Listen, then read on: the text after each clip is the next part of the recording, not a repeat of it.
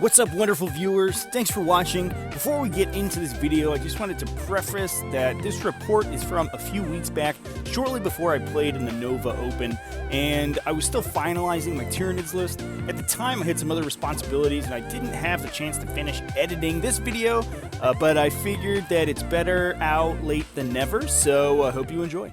What's up, wonderful viewers? Welcome back to another 40k video here on Tactical Tortoise. Let's talk about some 40k. So just this past weekend, I made my way out to another ITC tournament, just a one-day Rogue Trader tournament, 3 rounds, and I brought my Tyranids over there. And I actually wasn't gonna make a video about this tournament. I decided to go and just hang out, not take as many pictures and videos as I usually do. But I decided afterwards that I'd make a video on this event anyway for a very specific reason that I'll talk about later. So this is going to be just a real quick recap, not as in-depth as my previous tournament reports. So I ended up taking my Tyranids, like I said before, and my list has evolved a lot since I first started playing 8th edition 40k just a couple of weeks ago. The list I took is 2 Battalion detachments, both Hive Fleet Kraken. Across the 2 detachments, I have 3 units of Genestealers, 3 big units of 20 Genestealers, 2 Hive Tyrants with double Brainleech Devourers. Usually one of those is my Warlord, and that one also gets the Chameleonic mutation for -1 to get shot at. I have the Swarmlord, Broodlord, as well as a 6-man unit of Hive Guard, a 3-man unit of Venomthropes, and 3 swarm units of Ripper Swarms. Overall, I am super excited about the list. I think it has a pretty good chance into a lot of matchups. Eldar Flyers is a bit of an issue. It is very melee-oriented, and there are some matchups where it can run out of steam pretty quickly, but having the 3 monstrous creatures to sort of back things up, the 2 Hive Tyrants can stay off the board, they can deep strike in, and the Swarmlord usually stays out of line of sight until turn 3 or 4. Those 3 together a lot of times will close out games by themselves, and with the points that I score in the first couple of turns, they can usually get me across the finish line at the end of the game pretty well. So round 1, I get to my table, and I am up against some Necrons. Was pretty worried about this matchup, actually. This is one of the lists that I was looking over before the event started, and I was pretty worried about. The reason being is it has 3 Doom Scythes, which I think is a pretty common sight in a lot of Necron lists. And to be honest, nothing in this list is particularly groundbreaking. I think it's mostly normal Necron stuff, but to go over it real quick, it has Imhotep the Stormlord, 3 units of Immortals with Tesla Carbines, a unit of Destroyers, all just with regular Gauss Cannons, no heavy Destroyers in there, as well as a unit of 9 Tomb Blades. Then the 3 Doom Scythes, like I said, and 3 Doomsday Arcs as well, with a Lord with a Veil of Darkness. I was worried about this matchup mostly because the 3 Flyers are going to be tough to deal with. Like I said before in the intro, I am very melee-oriented, so I don't have a lot to reach up and hit those Flyers. And additionally, Necrons in general can bring a ton of multi-shot weapons to the table, especially with their Tesla weapons. Although in this game, my opponent decided not to take the Tesla guns on the Tomb Blades. I'm not really sure why, but seems like those are better than the Gauss Blasters, but that's his choice.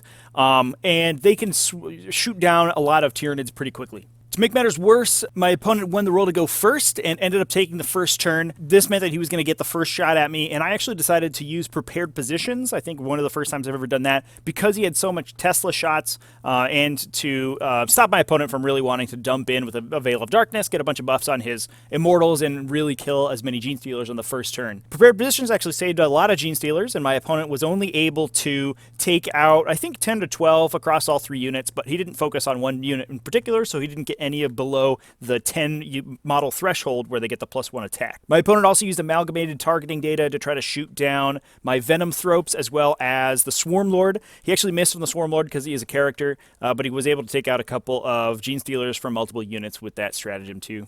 I was a little lucky that my opponent was so aggressive with his ground forces, especially his Destroyers and his Tomb Blades. He had moved them up to the center of the table, just outside of his deployment zone, and, with the Tomb Blades essentially bubble wrapping the Destroyers, but because he wanted to stay as far back as possible, both units were pretty close together. I was able to get all 3 Genestealer units in onto the Tomb Blades with a combination of the Swarmlord's double move, as well as some nice opportunistic advance, the Kraken stratagem. They all three was able to get into the Tomb Blades, wiped out the Tomb Blades, and I double charged the Destroyers with my largest unit of Genestealers. The Destroyers got to shoot at them, didn't do too much damage, fortunately, and that unit was able to consolidate into the Destroyers, fight twice, and actually wipe out that unit as well. My opponent, I think, was on the back foot after losing all of his ground units like that. He wasn't expecting to lose so much to all the Genestealers, even though they were relatively close to my lines there. He moved down all of the Doomsday Arcs to take shots at the Genestealers, get all of their guns into rapid fire range, and was able, between the Doomsday Arcs, the Tesla Immortals, and the Tesla guns off of the Doom Scythe, he was able to kill all 3 Genestealer units. So I was out of Genestealers at that point, but they didn't have many targets to shoot at anyway, or to swing at anyway, so that wasn't a big deal. Round 2, I had a couple stragglers out of a Genestealer unit and the Broodlord. They were able to kill 1 Doomsday Arc by themselves that had already been damaged by the Hive Guard, while my other 2 Hive Tyrants deep struck down in my opponent's deployment zone and were actually able to shoot and smite a second Doomsday Arc to death, getting me 2 kills for that turn. I didn't mention the secondaries that I had chosen. My opponent had so many vehicles that I ended up taking Big Game Hunter. I figured that I was going to be able to get a bead on the Doomsday Arcs or the Doomsides at some point in the game, and that was probably the most likely objective that I was going to get a couple points off of. By the end of round 2, I had already killed 2 of the Doomsday Arcs, so I was feeling pretty good about that pick, even though I wasn't sure that I was going to be able to max it out since the Doom Sites were going to be so tough to pin down. I took Recon as well as behind enemy lines. I usually like to take the board control secondary objectives when I'm not sure I can kill my opponent's units. That way, my opponent doesn't have, there's no sort of target priority that my opponent can force on me that won't score me points. As long as he doesn't force me out of his objective, which is going to be tough because he's going to have some wide open spaces where those flyers have to move out. I can drop in Rippers and I can drop in the Hive Tyrants and I can score those. As the game wound down, my opponent did make a couple of mistakes. He had some opportunities to shoot the Broodlord down, and unfortunately he decided not to and took some shots at the Hive Guard and the remaining Genestealers instead. That let the remaining Hive Tyrant, 1 Hive Tyrant got killed eventually by the Doom Scythe guns. The other Hive Tyrant with the Chameleonic mutation was able to survive, and the Broodlord was able to survive. The objective we were playing only had 3 objectives, and they were both able to hop on an objective and hold more objectives than my opponent a couple turns in a row. My opponent decided also to drop in a unit of Immortals using his Veil of Darkness behind where the objective in my deployment zone was placed. He was able to kill all my Rippers and my Venomthropes that were there, but that let the Broodlord turn around and actually, over the course of a couple rounds of melee combat, kill the Lord and the Immortals that were there. So the Broodlord not getting killed was a big deal, and I was actually able to max out my Recon by having a couple flying models, all around the table to jump out wherever they needed to be, and have the Hive Guard in the corner, my far right corner, where my opponent wasn't really able to get them, and they just sat there the entire game. I also had a unit of Rippers that dropped into my opponent's deployment zone and maxed out behind enemy lines. So I didn't quite get all of my secondaries, but I was able to hold more and kill more on enough turns that I was able to squeak by a win 25 to 27 points. It's 27 points to me, obviously, since I was able to win that one. So very close game. I was really worried about this matchup, and I do think that it's probably favorable for my opponent. If he had a little bit better target selection, then I think it might have gone his way if he was able to take out some of my units a little bit earlier. Now, losing so many Genestealers early meant that I was also able to get kill more enough in the late game because I didn't have as many soft targets that my opponent could, really just focus fire on. The Rippers died and gave up a couple kills themselves, but after that, as soon as, any Immortals or something would get killed by a Broodlord or something like that, I was able to get kill more, and my opponent was just, plinking wounds off my monstrous creatures. So, all in all, very close game, and I was really happy about pulling out game 1 against a really tough list. So let's see how I do in game 2. So game 2, I actually got paired up against an Orc player, my friend Ethan, who I had driven to the event with. He and I had played some practice games on the lead up to the event, so we were pretty practiced against each other's lists, which was pretty funny. And if you'll notice that the first 8th edition 40k game I played, I made a battle report of it just a couple weeks ago, and that is also against Ethan's Orc army. So he's running Death Skull's Orc army. pretty sort of MSU style, multiple small units. He has 3 individual Def Coptas with the custom Blastas in order to take advantage of that Def Skulls reroll. He's got a unit of 3 Mega Knobs in a Battle Wagon. He's also got 2 units of Killicans, which he uses as a screening unit for 3 units of 20 boys with assorted weapons. The Killicans are an interesting choice because they do have some decent shooting. Those rocket launches hitting on 4+ is pretty strong. And they are sort of tough to kill for a lot of melee armies, mine included. It essentially takes all of the attacks from a Genestealer unit to take out 1 unit of Killicans, and if I'm doing that, that Genestealer unit's just basically going to be sitting out there for the Ork unit behind them to wipe out. So I have to soften those guys up with Hive Guard shots, and that's Hive Guard shots not going into things like my opponent's Battle Wagon, and also the Dakajet that he has running around taking some shots. He's also got some characters, which I think most Ork units take, or most Ork players take. He's got a Warbossy in Mega Armor.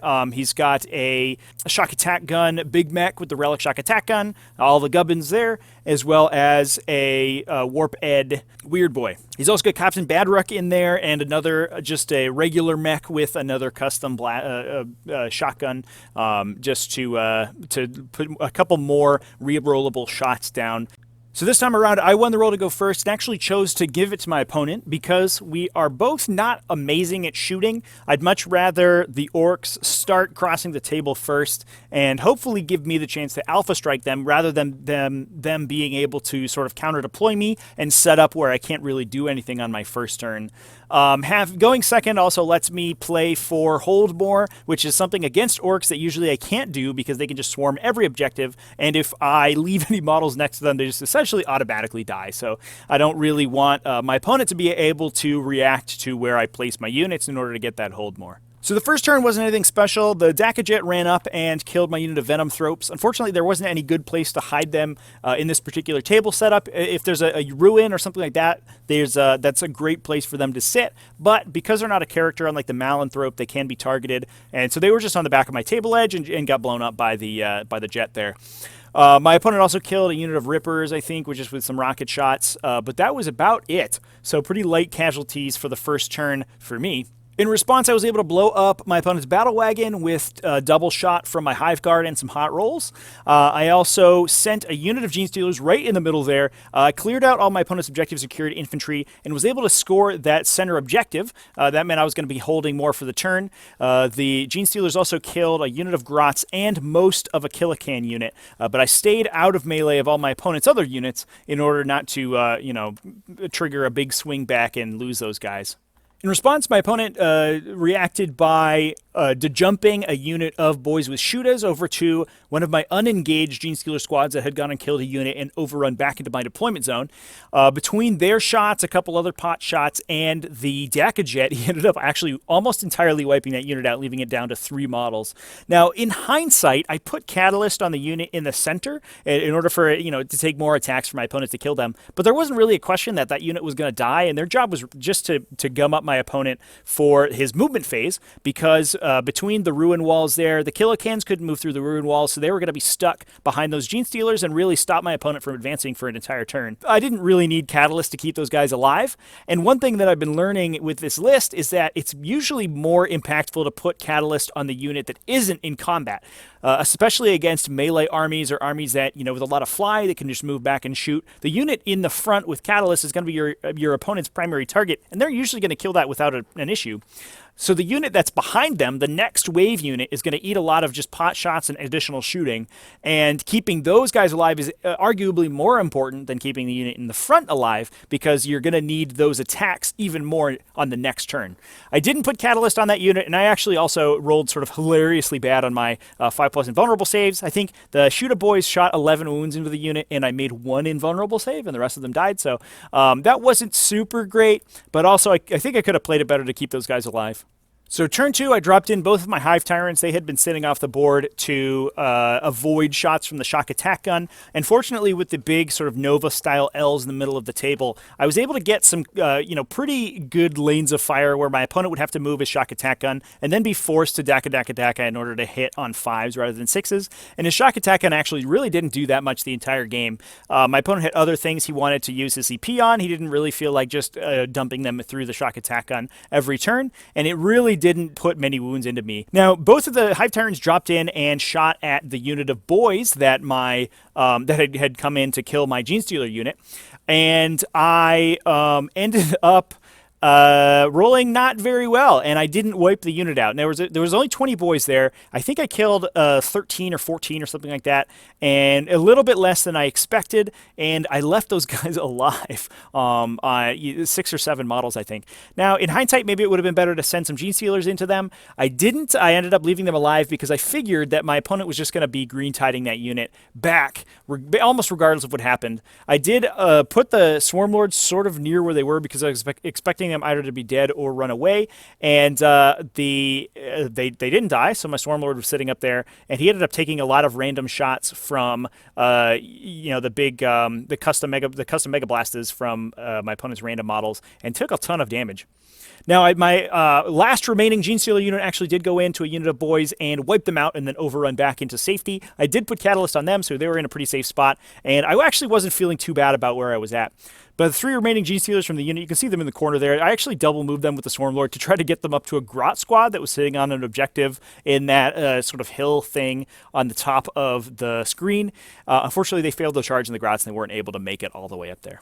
Now, unfortunately, like I said, I wasn't expecting to make a video out of this, so I didn't take too many more pictures, but essentially, as the game wound down, my Genestealers became sort of an absolute terror.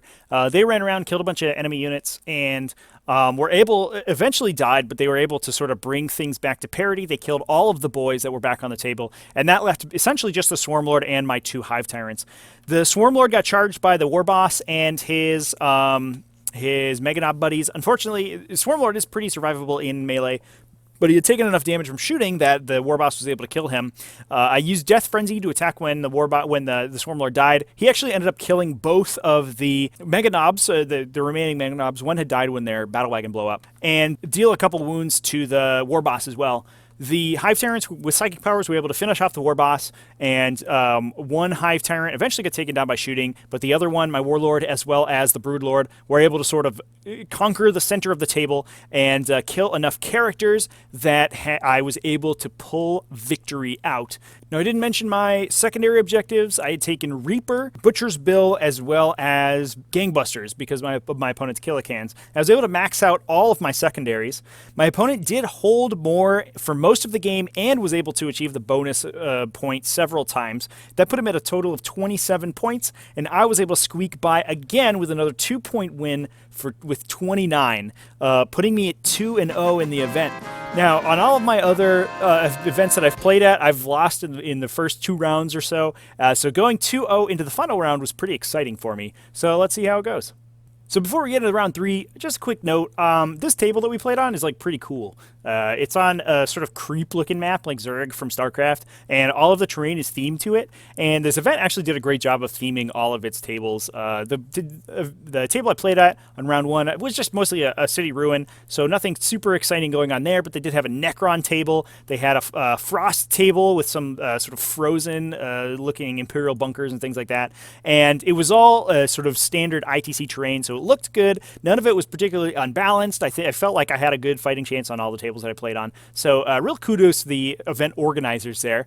But I ended up playing on this table again, which was very fitting because my third round opponent was actually playing Genestealer Cult. So we had the 2 Tyranid players playing on the Zerg-looking table. It was very thematically appropriate. My opponent had a bit of an interesting list. I don't have it all here, but it was it had a Swarmlord and 2 units of Kraken Genestealers and a unit of Rippers with him, as well as a Broodlord. So sort of a hybrid Tyranid and Genestealer Cult list. The Genestealer Cult portion was mostly pretty standard. He had a Patriarch, a bunch of the support units to regen CPs and stuff like that, as well as a big unit of Aberrants, a big unit of Neophytes with all of the heavy weapons, all the heavy rock saws, and a bunch of Broodbrother units, including a mortar unit and a couple just standard troops choice teams to go grab objectives. For secondaries, I wasn't entirely sure what to take. I don't like taking... Now, I should say, I don't have a lot of experience in a Genestealer Cults. I've played 1 game in a tournament against them, and it was pretty eye-opening to see what they could do. They play very differently than every other faction in the game, which I think is really cool and interesting, but it does require some practice to play against. It doesn't feel like they're particularly like overpowered or super strong or anything like that, but you do have to sort of change your mindset to play against them than you would in against any other faction that just sort of plays a standard game of 40k. So against them, I believe I took a Headhunter, Reaper, and Marked for Death. And I marked for death all of my opponent's big, scary melee units. I knew those guys would have to commit at some point. They couldn't just, sit in Deep Strike all game and not do anything. And so I decided to pick them for Marked for Death because I knew that once they pop up out of Deep Strike, I can probably have a pretty good chance. They'll come in, they'll swing, they'll kill some Genestealers, and I'll have a pretty good chance of wiping them out because it is Genestealer cults. Nothing that they have is particularly resilient. And my opponent's Genestealers are, basically identical to my Genestealers, so we're going to be, trading one for one there, essentially. Now, I do apologize again. I only have a couple pictures from the game, but I will explain what happened. My opponent ended up winning the roll to go first, which was pretty bad for me. I really wanted to go first to get the drop on my opponent's Genestealers. Now, fortunately, we had a short table edge deployment, hammer and anvil, I think, and I ended up deploying in this little sort of cluster F at the back of my table. It looked very silly. I put my Warlord Hive Tyrant down because I knew he was going to be able to jump out and take some shots on the first turn. I knew my opponent was going to be screaming at me, and I was going to be, able to kill a couple Genestealers with that guy. But everything else was in this tiny little pocket. I had the Venomthropes and the Hive Guard in the back. The Hive Guard aren't very useful in this matchup. They can shoot the Swarmlord and maybe hit some dudes who are hiding behind ruins and stuff, but that's about it. So if my opponent wanted to, drop things behind me and come fight those guys, that was going to be fine with me. They're relatively resilient against, especially against a bunch of Strength 4 dudes. So if you really wanted to charge them, that was okay. And the same with the Venomthropes. There's not a lot of shooting in my opponent's list, so I wasn't really worried about them. They were just mostly going to screen. And I ended up deploying all my Rippers so that they could be a Deep Strike screen against, whatever my shenanigans my opponent did on the first turn. So in turn 1, the Kraken Genestealers ran right at me. One unit got opportunistically advanced and double moved by the Swarmlord, ran right up to me. The mortars my opponent brought ended up taking out one of the Ripper swarms that was in the front there and opening a gap for the Genestealers to get through. And they did charge in, but because of the spacing of where my units were, they did have to charge in order to get the maximum attacks. He did end up charging them into 2 units of my own Genestealers. Now, unfortunately, the Broodlord for my opponent was sitting back on a center objective. We were playing a Contest of Champions, so my opponent was keeping his characters back in order to score the bonus point for Contest of Champions, which is a pretty good deal. But unfortunately for him, that meant that my Genestealers were going to get +1 to hit because my Broodlord was there and his weren't. So his Genestealers came in, killed a bunch of Genestealers, wiped out my Ripper Swarm, and ended up getting not entirely wiped out by the swing back of my 2 units versus his 1. Now, I think if he had charged into a single Genestealer unit, or if I had made it impossible to charge a single Genestealer unit and forced him to charge 2, which I think I could have done, and I didn't really think about it too much, my opponent could have probably wiped 1 unit out, and if he had declared a charge against another one, maybe fight twice and try to kill 2 units before they were able to swing back. And unfortunately, he basically killed half of 2 units and then ended up losing one of his Genestealers on the first turn, which was not great for him. He didn't really kill anything. I think he'd taken old school. He actually didn't allocate enough attacks to the Ripper Swarm to wipe them out. There was 1 base left on a couple wounds, and he wasn't able to get his first blood old school point, and he lost a unit of Genestealers on the first turn, and that was a Marked for Death unit, so I was able to score extra secondary points for that as well. From there, I sent out my weakened Genestealer units. I sent one into the center of the table to kill my opponent's Broodlord and get some Headhunter points. The other unit charged into my opponent's Genestealers after a round of shooting from the flying Hive Tyrant had weakened them and left them on, I think, just 5 models, essentially. My opponent was able to swing back and eventually kill that unit that had charged him, but I think the damage to the Genestealers were done there. The Hive Guard fired into the Swarmlord, did a bunch of damage, did something like 7 wounds to him. His saves weren't great, my damage rolls were pretty good.